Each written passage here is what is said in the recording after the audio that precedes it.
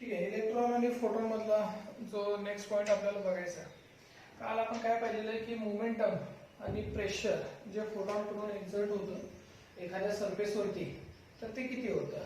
आता याच्यामध्ये आपल्याला बघायचं आहे की ज्या वेळेला फोटॉन एखाद्या सरफेस वरती इन्सिडेंट होतो त्यावेळेला जे इलेक्ट्रॉनचं इजेक्शन होणार आहे त्यामुळे जो करंट जनरेट होणार आहे तर तो किती असतो. म्हणजे आपल्याला फोटो इलेक्ट्रिक एक्सपेरिमेंट करायचा आहे याच्यामध्ये.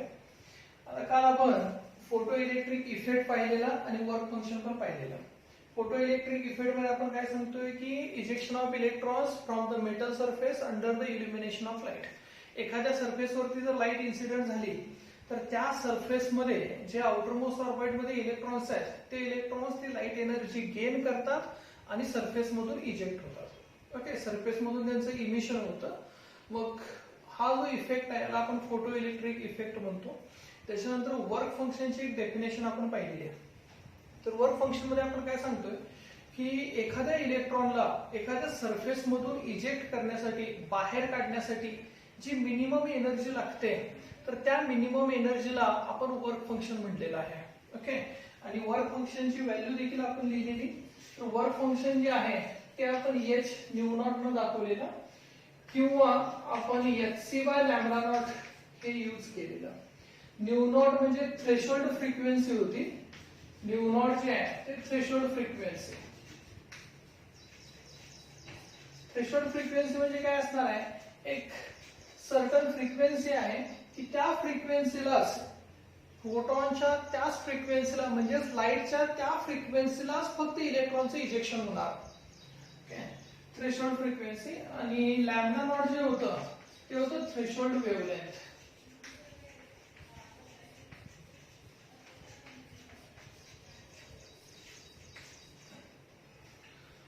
आता ज्याला इन्सिडेंट लाईटची वेव्हलेंथ आणि इन्सिडेंट लाईटच्या फ्रिक्वेन्सीज आणि मिनिमम फ्रिक्वेन्सीज मिनिमम वेव्हलेंथ म्हणजे थ्रेशोल्ड फ्रिक्वेन्सीज आणि थ्रेशोल्ड वेव्हलेंथ यांच्यामधलं आपल्याला रिलेशन बघायचं आहे की इन्सिडेंट लाईटची वेव्हलेंथ ही थ्रेशोल्ड वेव्हलेंथची ग्रेटर दॅन पाहिजे की लेस दॅन पाहिजे तेव्हा इलेक्ट्रॉनचं इजेक्शन होतं.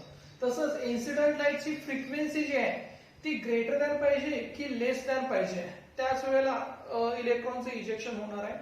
बघा, इन्सिडेंट लाईटची जी फ्रिक्वेन्सी आहे ही greater than or equal to जर थ्रेशोल्ड फ्रिक्वेन्सी असेल तरच इलेक्ट्रॉन इजेक्ट होईल.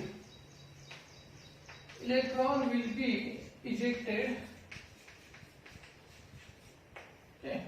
इन्सिडेंट लाईटची frequency greater than or threshold frequency जर झाली तरच इलेक्ट्रॉनचं इजेक्शन होतं. ओके, हेच तुम्ही एनर्जी मध्ये कम्पेअर करू शकताय. एनर्जी मध्ये कसं कम्पेअर करायचं, इकडे h घेतला आणि इकडे पण h घेतला.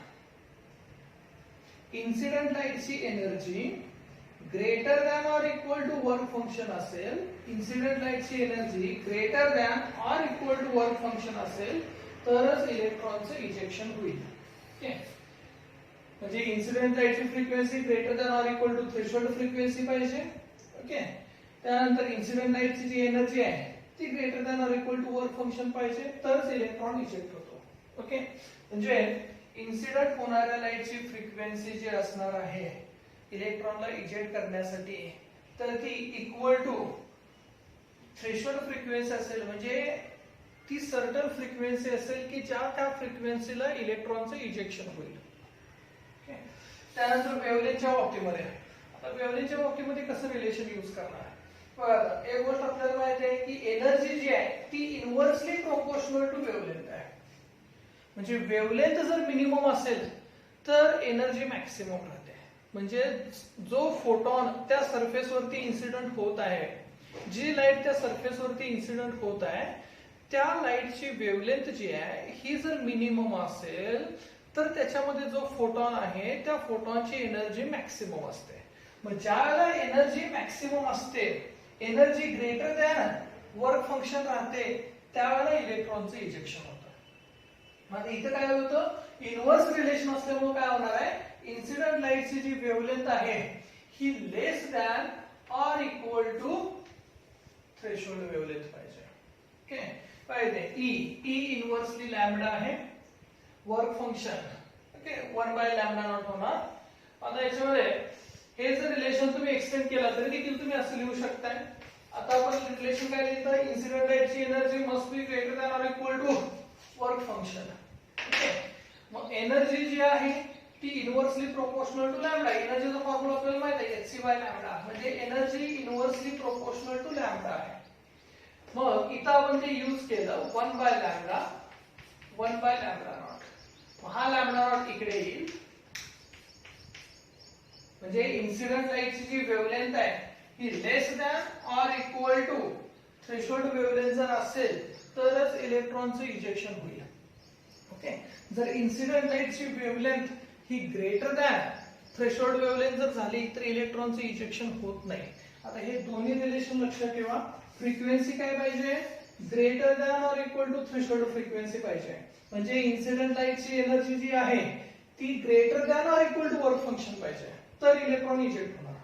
इलेक्ट्रॉनला इजेक्ट करण्यासाठी जी मिनिमम एनर्जी लागते त्याला वर्क फंक्शन म्हणतो. मग इलेक्ट्रॉनला इजेक्ट करायचं असेल तर मिनिमम केवढी एनर्जी द्यायला पाहिजे वर्क फंक्शन इतकी द्यायला पाहिजे म्हणजे इक्वल टू आलं. जर त्याच्यापेक्षा जास्त दिली तरी देखील चालतं इलेक्ट्रॉन इजेक्ट होतो म्हणजे ग्रेटर दॅन आलं. मग इन्सिडेंट लाईटची एनर्जी जी आहे ती greater than or equal to work function असेल तर इलेक्ट्रॉनचं इजेक्शन होतं म्हणजेच फ्रिक्वेन्सी जी आहे ती greater than or equal to threshold frequency पाहिजे. तसंच वेव्हलेंथच्या बाबतीमध्ये ह्या रिलेशनचं उलट रिलेशन होतं. इन्सिडेंट लाईटची जी वेव्हलेंथ आहे ही less than or equal to threshold wavelength पाहिजे तरच इलेक्ट्रॉनचं इजेक्शन होईल. ओके तर या दोन कंडिशन लक्षात ठेवा की इन्सिडेंट लाईटची वेव्हलेंथ जी आहे ती less than or equal to threshold wavelength पाहिजे तर इलेक्ट्रॉनचं इजेक्शन होणार. आणि इन्सिडेंट लाईटची जी फ्रिक्वेन्सी आहे ही greater than or equal to threshold frequency असेल तरच इलेक्ट्रॉनचं इजेक्शन होईल. ओके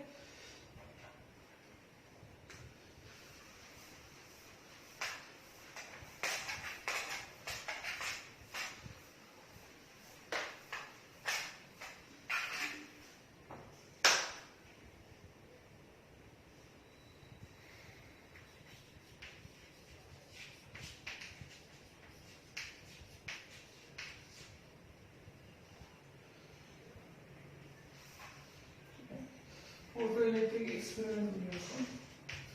फोटो इलेक्ट्रिक एक्सपेरिमेंट जो आहे तो एक्सपेरिमेंट करत आपण ग्राफचं नेचर चेक करत जाऊया. फोटो इलेक्ट्रिक एक्सपेरिमेंट जो आहे तो सिंपल आहे.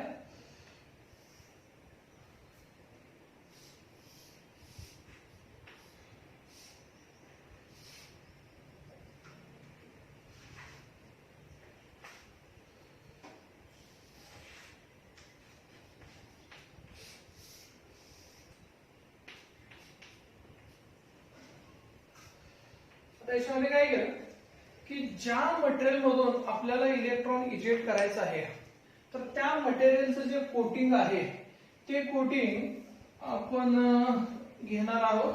समजा आता इथं मी त्या मटेरियलचं कोटिंग केलेलं आहे. ज्या मटेरियल मधून आपल्याला इलेक्ट्रॉनचं इजेक्शन करायचं आहे तर त्या मटेरियलचं जे कोटिंग आहे ते कोटिंग आपण या प्लेटला लावलेलं आहे. इथं दोन प्लेट आहेत. ही जी प्लेट आहे या प्लेटला इमिटर म्हटलं जातं आणि ही जी दुसरी प्लेट आहे त्याला कलेक्टर म्हणतात. आता या इमिटर प्लेटला काय केलेलं आहे की या मटेरियलचं कोटिंग केलेलं आहे ज्या मटेरियल मधून आपल्याला इलेक्ट्रॉन इजेक्ट करायचं आहे. ओके त्याच्यानंतर काय करणार आहोत आपण की या मटेरियल वरती लाईट इन्सिडेंट करणार आहोत. ओके हा लाईट सोर्स आहे. ओके आणि या लाईट सोर्स मधून येणारी जी लाईट असेल ती लाईट या मटेरियल वरती इन्सिडेंट होणार आहे. मग ज्या वेळेला या सोर्स मधून येणारी लाईट ह्या मटेरियल वरती इन्सिडेंट होते त्यावेळेला काय होणार आहे की ह्या मटेरियल मध्ये आउटर मोस्ट ऑर्बिट मध्ये जे इलेक्ट्रॉन्स आहेत ते इलेक्ट्रॉन्स ही लाईट एनर्जी गेन करते. लाईट एनर्जी किती आहे h ही लाईट एनर्जी आहे. ओके मग ही लाईट एनर्जी ह्या मटेरियल मधल्या इलेक्ट्रॉन्स कडून जेव्हा गेन केली जाईल ऍब्सॉर्ब केली जाईल त्यावेळेला या मटेरियल मधून इलेक्ट्रॉनचं इजेक्शन होईल. ओके आता काय होणार आहे की ह्या मटेरियल मधले इलेक्ट्रॉन्स जे आहेत त्यांनी एनर्जी गेन केली, लाईट एनर्जी, आणि ते इजेक्ट झाले आहे. ओके, हे इलेक्ट्रॉनचं इजेक्शन झालेलं आहे. मग या मटेरियल वरती जेवढे काही फोटॉन इन्सिडेंट झालेले आहेत, मग आउटर मोस्ट ऑर्बिट मधल्या इलेक्ट्रॉन्सनी जी फोटॉन एनर्जी गेन केलेली आहे, तर ते इलेक्ट्रॉन्स ह्या मटेरियल मधून इजेक्ट झालेले आहेत. ओके, आणि इजेक्ट झाल्यानंतर आता काय होतं बघा की आपण निगेटिव्ह पोटेन्शियल जे आहे हे इमिटर प्लेटला दिलेलं आहे आणि पॉझिटिव्ह पोटेन्शियल जे आहे ते या कलेक्टर प्लेटला दिलेलं आहे. ह्या निगेटिव्ह पोटेन्शियल मुळे काय होणार आहे की जो इजेक्ट झालेला इलेक्ट्रॉन आहे तर त्या इलेक्ट्रॉन वरती पण चार्ज कुठला आहे, निगेटिव्ह आहे, आणि दिलेलं पोटेन्शियल पण कोणतं आहे, निगेटिव्ह आहे. त्यामुळे निगेटिव्ह पोटेन्शियल मुळे काय होतं की हा जो इलेक्ट्रॉन आहे हा परत पाठीमागे न येता हा काय होतो की कलेक्टर प्लेटकडे ऍक्सिलरेट होतो. ओके, सेम पोटेन्शियल झालेला निगेटिव्ह रिपल्शन होईल, त्यामुळं हा जो इलेक्ट्रॉन आहे हा इलेक्ट्रॉन कलेक्टर प्लेटकडे ऍक्सिलरेट झाला. त्यानंतर अजून एक गोष्ट आपण काय सांगू शकतोय की हे जे पॉझिटिव्ह पोटेन्शियल दिलेलं आहे हे कशाला दिलेलं आहे, कलेक्टर प्लेटला पॉझिटिव्ह पोटेन्शियल दिलेलं आहे. ह्या पॉझिटिव्ह पोटेन्शियल मुळे काय होणार आहे, हा निगेटिव्हली चार्ज जो इलेक्ट्रॉन आहे तो कलेक्टर प्लेटकडे ऍक्सिलरेट होतो. पॉझिटिव्ह निगेटिव्ह जे ते अट्रॅक्शन राहतात. ओके, मग ह्या पॉझिटिव्ह पोटेन्शियल मुळे हा निगेटिव्हली चार्ज पार्टिकल जो आहे, इलेक्ट्रॉन जो आहे तो कलेक्टर प्लेटकडे ऍक्सिलरेट झाला. मग ज्यावेळेला हे सगळे इलेक्ट्रॉन्स कलेक्टर प्लेट वरती येतील त्यावेळेला या कलेक्टर प्लेटला इथं वायर कनेक्टेड आहे. ओके, म्हणजे इथं कनेक्शन आहे. त्यामुळे काय होणार आहे की ते इलेक्ट्रॉन्स जे आहे ते वायर मधून फ्लो होणार आहेत. इलेक्ट्रॉन्स वायर मधून फ्लो झाल्यामुळे काय होणार आहे की तिथं करंट जनरेट होणार आहे. मग हा करंट आपण कसा मेजर करताय तर इथं मिलीमीटर लावलेला आहे. ओके, मग इथे जो मिलीमीटर लावलेला आहे हा मिलीमीटर आपल्याला सांगेल की त्या वायर मधून जो करंट जनरेट झालेला आहे तो फ्लो होत आहे की नाही. बघा त्याचं रिझन अजून काय असू शकतं, जी लाईट आपण इन्सिडेंट करत आहे तर त्या इन्सिडेंट लाईट मध्ये जो फोटॉन आहे त्या फोटॉनची जर एनर्जी लेस दॅन वर्क फंक्शन जर असेल, म्हणजेच ह्या मटेरियल मधल्या इलेक्ट्रॉनला बाहेर काढण्यासाठी जेवढी एनर्जी लागते त्याच्यापेक्षा जर कमी एनर्जी असती इन्सिडेंट होणाऱ्या लाईटची तर हा इलेक्ट्रॉन इजेक्ट झाला नसता. मग इलेक्ट्रॉन जर इजेक्ट झाला नसता तर ते मिलीमीटरने झिरो करंट दाखवला असता. ओके, मग याच्यावर देखील आपण सांगू शकता मिलीमीटर मध्ये जर डिफ्लेक्शन मिळालं, मिलीमीटर मधली जर नीडल डिफ्लेक्ट व्हायला लागले तर आपण काय सांगू शकतो की याच्यातून इलेक्ट्रॉन इजेक्ट झालेले आहेत आणि ते इलेक्ट्रॉन्स वायर मधून फ्लो होत आहेत आणि जो करंट जनरेट झालेला आहे तो किती करंट आहे हे आपण मेजर करू शकतो. ओके, त्यामुळे सगळ्यात महत्वाचं काय की जे आपण मटेरियल घेणार आहे, ज्या मटेरियल मधून आपल्याला इलेक्ट्रॉन इजेक्ट करायचं आहे, म्हणजे जे फोटो सेन्सिटिव्ह मटेरियल आपण म्हणतो, तर त्या मटेरियल मधल्या इलेक्ट्रॉनला इजेक्ट करण्यासाठी मिनिमम किती एनर्जी लागते हे आपल्याला माहित पाहिजे आणि त्याच्यानुसार आपण लाईट इन्सिडेंट करायचे. आता समजा त्या मटेरियलचं जे वर्क फंक्शन आहे हे वर्क फंक्शन समजा काहीतरी 3 इलेक्ट्रॉन व्होल्ट आहे. Work function 3 electron volt. मग आपल्याला कोणत्या एनर्जीची लाईट याच्यावरती इन्सिडेंट करायला पाहिजे, तर आपल्याला त्या एनर्जीची लाईट इन्सिडेंट करावी लागेल की ज्याच्यामधल्या फोटॉनची एनर्जी जी आहे ती greater than or equal to work function असेल. ओके, तीच लाईट आपल्याला या मटेरियल वरती इन्सिडेंट करायला पाहिजे. म्हणजेच काय की जी एनर्जी आहे, आता समजा मी इन्सिडेंट लाईटची जी एनर्जी आहे ती समजा मी म्हटलं 3.1 इलेक्ट्रॉन व्होल्ट आहे. मग इथं इन्सिडेंट लाईटची जी एनर्जी आहे ती झाली more than work function. Okay, मग इन्सिडेंट लाईटची एनर्जी ज्याला मोर दॅन वर्क फंक्शन होते त्याला त्याच्यातून इलेक्ट्रॉनचं इजेक्शन होतं. मग इजेक्ट झालेला जो इलेक्ट्रॉन आहे तो कलेक्टर प्लेटकडे ऍक्सिलरेट होतो कारण कलेक्टरला आपण पॉझिटिव्ह पोटेन्शियल दिलेला आहे आणि त्यामुळे करंट जनरेट होईल. ठीक आहे, आणि त्याच्यामुळे आपल्याला काही ग्राफ जे आहेत ते स्टडी करायचे. त्याच्यातला जो पहिला ग्राफ आहे, ओके, तर तो पहिला ग्राफ आहे रिलेशन बिटवीन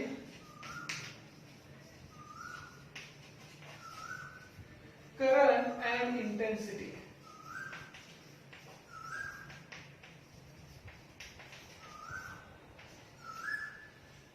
करंट आणि इंटेन्सिटी मध्ये आपल्याला रिलेशन तयार करायचं आहे. म्हणजे काय, ही जी लाईट इन्सिडेंट होत आहे त्याची इंटेन्सिटी मध्ये जर मी व्हेरिएशन केलं केलं तर जे इलेक्ट्रॉन्स इजेक्ट होणार आहे, ज्यांच्यामुळे करंट जनरेट होणार आहे, त्याच्यामध्ये काय चेंजेस होऊ शकतात. ओके, तर याचा आपल्याला स्टडी करायचा आहे.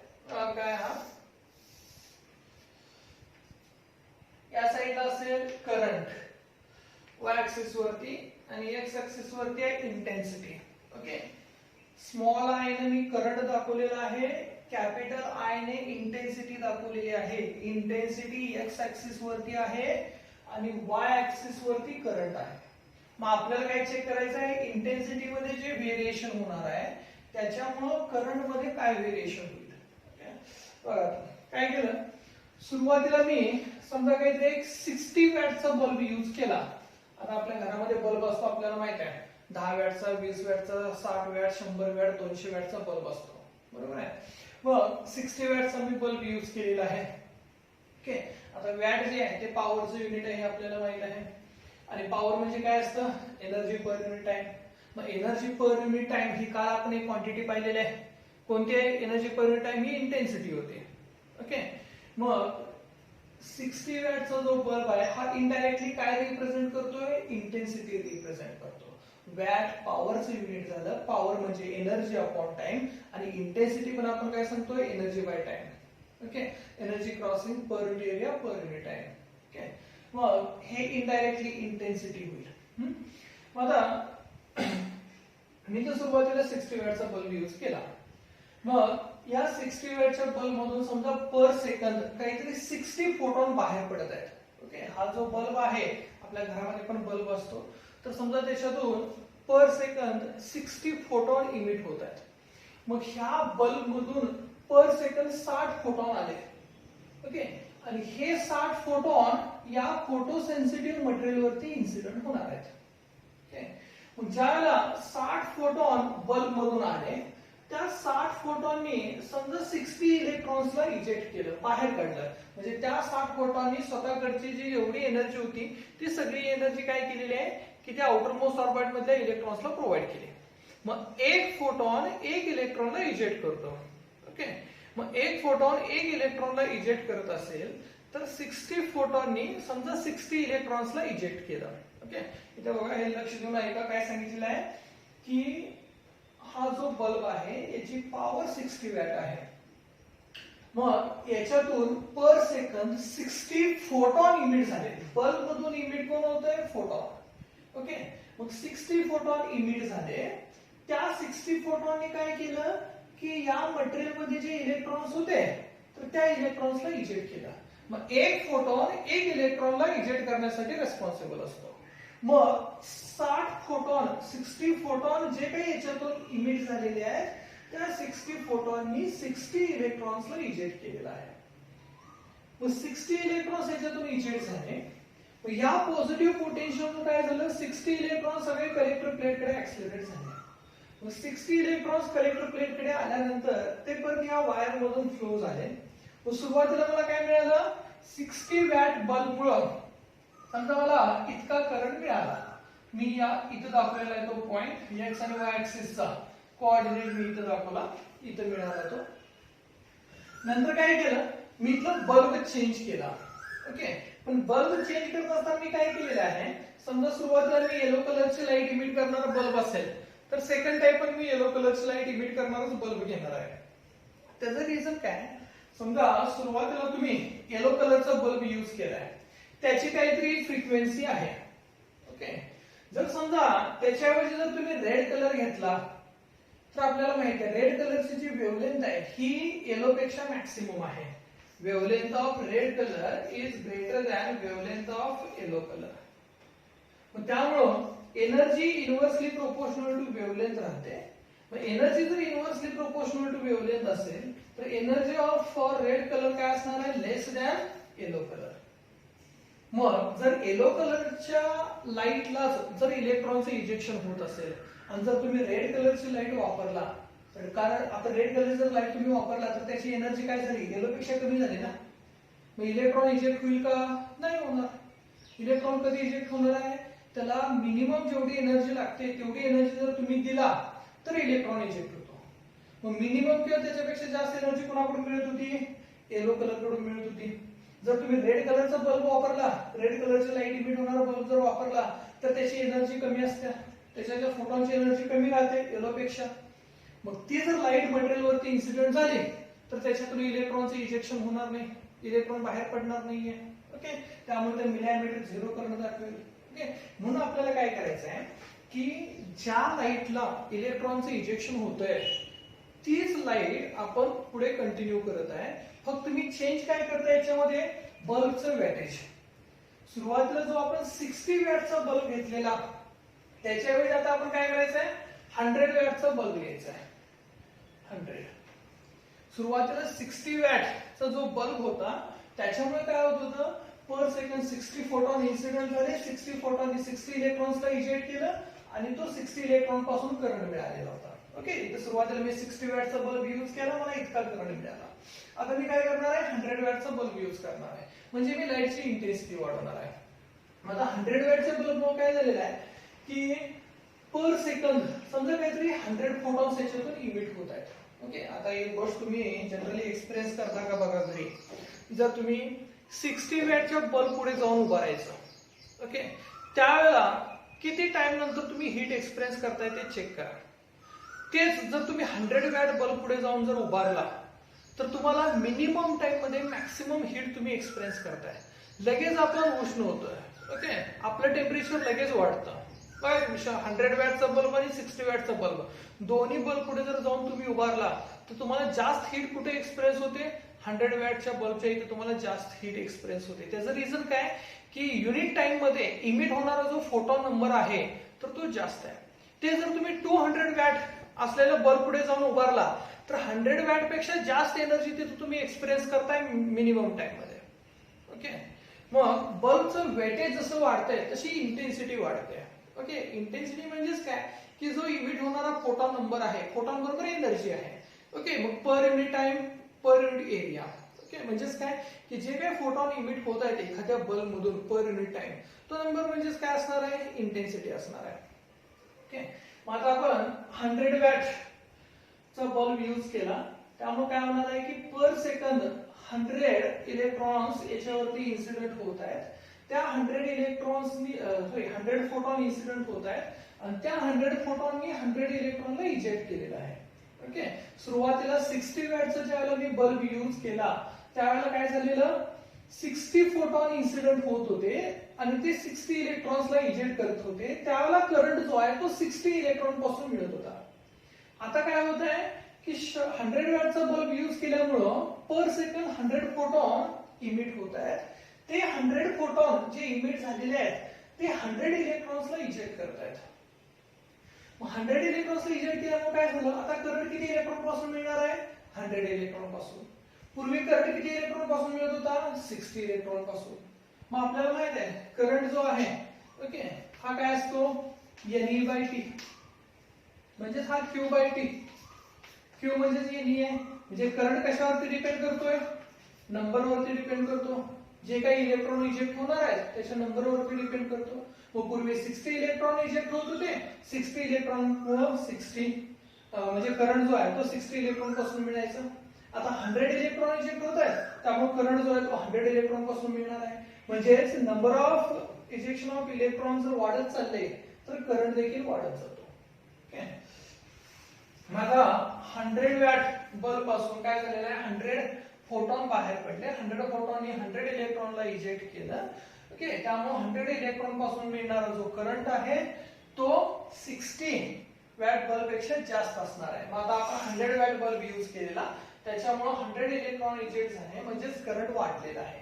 प्रिव्हियस केस मध्ये इथं जे आहे हे 60 इलेक्ट्रॉन पासून होतं, इथं किती इलेक्ट्रॉन पासून आहे, 100 इलेक्ट्रॉन पासून आहे. किती वॅटचा बल्ब होता सुरुवातीला, 60 वॅटचा होता. आता किती वापरला, 100 वॅटचा वापरला. ओके, ठीक आहे. त्यामुळे बल्बचं वेटेज जर वाढत चाललं म्हणजेच काय होत चाललेलं आहे, बल्बची इंटेन्सिटी तुम्ही वाढवत चाललेला आहे. आपण बल्बची इंटेन्सिटी वाढवतो म्हणजे काय करतो, फोटॉन नंबर वाढवतो. आता मी 60 वॅट, 100 वॅट, 150 वॅट असेल किंवा 200 वॅट, हे जे मी बल्बचं वेटेज वाढवत चाललोय. बल्बचं वेटेज वाढवल्यामुळे काय झालेलं आहे की इमिट होणारा जो फोटॉन नंबर आहे त्या बल्ब मधून, त्या लाईट सोर्स मधून हा वाढत चाललेला आहे.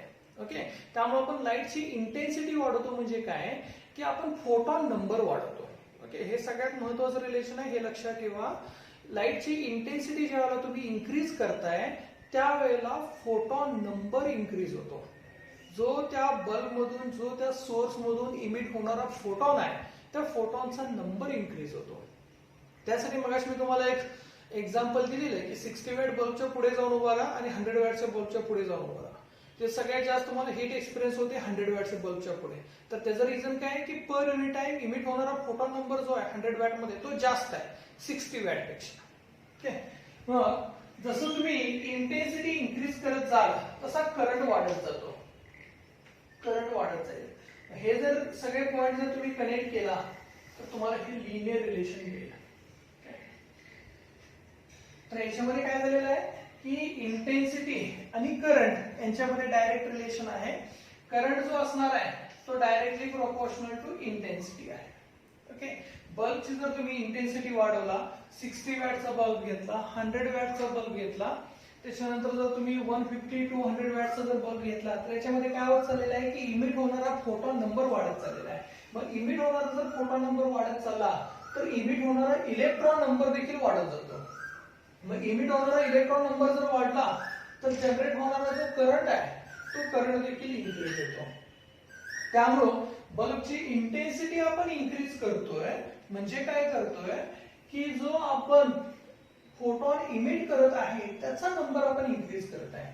मग फोटॉन इमिट होण्याचा नंबर इन्क्रीज कसा होऊ शकतो तर बल्बचं जे वॅटेज आहे ते चेंज करत जायचं.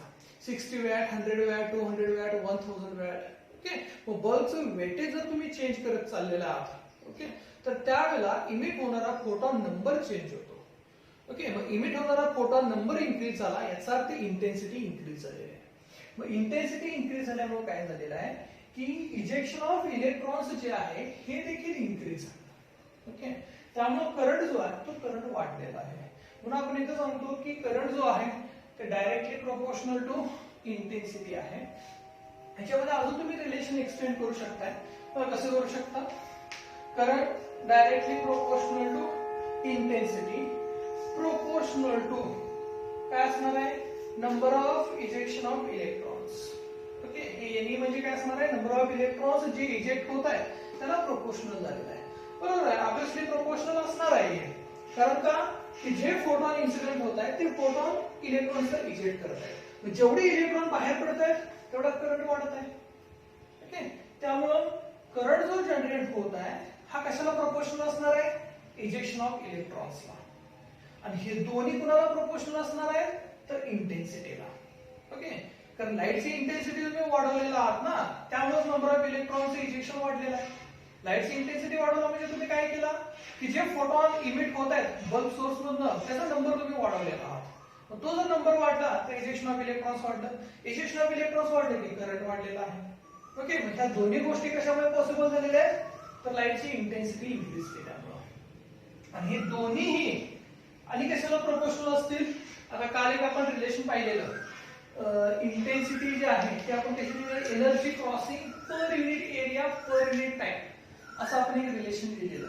ओके, मग intensity inversely proportional to area आहे. आता समजा जो बल्ब आहे आपल्या घरातला तर तो बल्ब असतो स्पेरिकल. ओके, मग बल्ब घरातला जर स्पेरिकल असेल तर त्याचा एरिया किती झाला 4πr². म्हणजे इथे 4π कॉन्स्टंट आहे. मग इंटेन्सिटी इनव्हर्सली प्रोपोर्शनल टू काय असणार square of the distance. Okay, मग हे या इनव्हर्सली प्रोपोर्शनल टू r² येतं. ओके, हेच अजून तुम्ही वेगवेगळ्या पद्धतीने सांगू शकताय. इथं मी फोटो सेन्सिटिव्ह मटेरियल घेतलेलं आहे, इथं बल्ब घेतला. ओके, मग बल्ब जसा मॅक्सिमम डिस्टन्स वरती असेल तसं काय होणार आहे की ह्या बल्ब मधून जे इमिट होणारे फोटॉन्स आहेत ओके तर ते मिनिममच फोटॉन याच्यावरती इन्सिडेंट होतील. बाकी सगळे फोटॉन जे आहेत ते स्प्रेड होणार आहेत सगळीकडे. ओके, मग त्याला मिनिमम इलेक्ट्रॉन याच्यातून बाहेर पडतात. मग सुरुवातीला समजा ह्या दोघांच्यातलं डिस्टन्स काहीतरी r आहे. ओके, नंतर जसा जसा मी बल्ब तो जवळ आणेन तसं काय होणार आहे मोर नंबर ऑफ फोटॉन्स याच्यावरती इन्सिडेंट होत जाणार आहेत. त्यामुळे इजेक्शन ऑफ इलेक्ट्रॉन्स वाढणार आहे, त्यामुळे करंट देखील वाढणार आहे. ओके, मग हे डिस्टन्स वरती पण डिपेंड करतं. जर मुव्हेबल एक्सपेरिमेंट आपण करत असेल तर दोन्ही पण सोर्स हे दोन्ही मूव्ह करत असेल आपण तर त्याला हे आपण असं स्टडी करू शकतो. आता इथं आपण काय सांगू शकतो की intensity inversely proportional to square of the distance येते. Inversely proportional to square of the distance. Okay, हे रिलेशन एक न्यूमेरिकल सॉल्व करण्यासाठी आपल्याला लागेल. Intensity of light, current, number of electrons आणि डिस्टन्स यांच्यातलं रिलेशन. जो काही करंट जनरेट होत आहे तो प्रोपोर्शनल टू इंटेन्सिटी आहे, proportional to number of ejection of electrons आहे, त्याचबरोबर inversely proportional to square of the distance आहे.